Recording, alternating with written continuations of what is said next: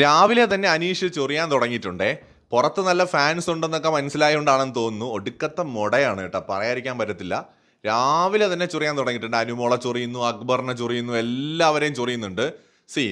Kitchen ടീമിന്റെ captain പുള്ളിയാണ്. പുള്ളി മറ്റേ വർക്ക് സൈറ്റിലെ കൺട്രാക്ട് നിൽക്കൂലേ, കൺട്രാക്ടുമാർ അതുപോലെ വന്ന് നിന്നിട്ട് നീ ആ കല്ല് പറക്കി അങ്ങോട്ട് ഇട്, രായപ്പ നീ ആ സിമെന്റ് ഇങ്ങട്, തങ്കപ്പ നീ പോയി മണ്ണ് വെട്ട് അല്ലെങ്കിൽ മണൽ വാര് ഇങ്ങനെ പറയേ ഉള്ളൂ, പണിയെടുക്കൂല. വേർപ്പിന്റെ അസുഖമാണ്. അതുപോലെയാണ് നമ്മുടെ അനീഷിനെ എനിക്ക് തോന്നുന്നത്. എന്ന് വെച്ചാൽ അക്ബർ അരിയട്ടെ, അനുമോള് വെക്കട്ടെ, അതായത് കൺട്രാക്ട് അടി മാത്രമേ ഉള്ളൂ. മൂപ്പരൊക്കെ ഒരു തേങ്ങ അറിഞ്ഞുകൂടാ, ചുമ്മാ ഇരുന്ന് ഡയലോഗ് അടി മാത്രമേ ഉള്ളൂ.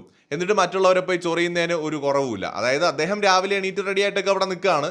അനുമോളും ബാക്കിയുള്ളവരൊക്കെ അവർക്ക് ടോയ്ലറ്റിൽ പോകണം, അവർക്ക് ബ്രഷ് ചെയ്യണം, അവർക്ക് റെഡി ആവണ്ടേ. കാരണം ഇത്രയും മനുഷ്യന്മാർക്ക് അവിടെ 2-3 ബാത്റൂമാണുള്ളത്. അപ്പോൾ അവരുടെ ഓരോരുത്തരായിട്ട് ചെയ്ത് വന്നാലല്ലേ ഇവർക്കൊക്കെ പോയി അവരുടെ കാര്യങ്ങൾ ചെയ്യാൻ പറ്റുള്ളൂ. അപ്പോൾ അനീഷ് റെഡി ആയിട്ട് നിൽക്കുകയാണ്. മൂപ്പർ അങ്ങോട്ട് തേരാപ്പാര ഒലാത്തുകയാണ് രാവിലെ.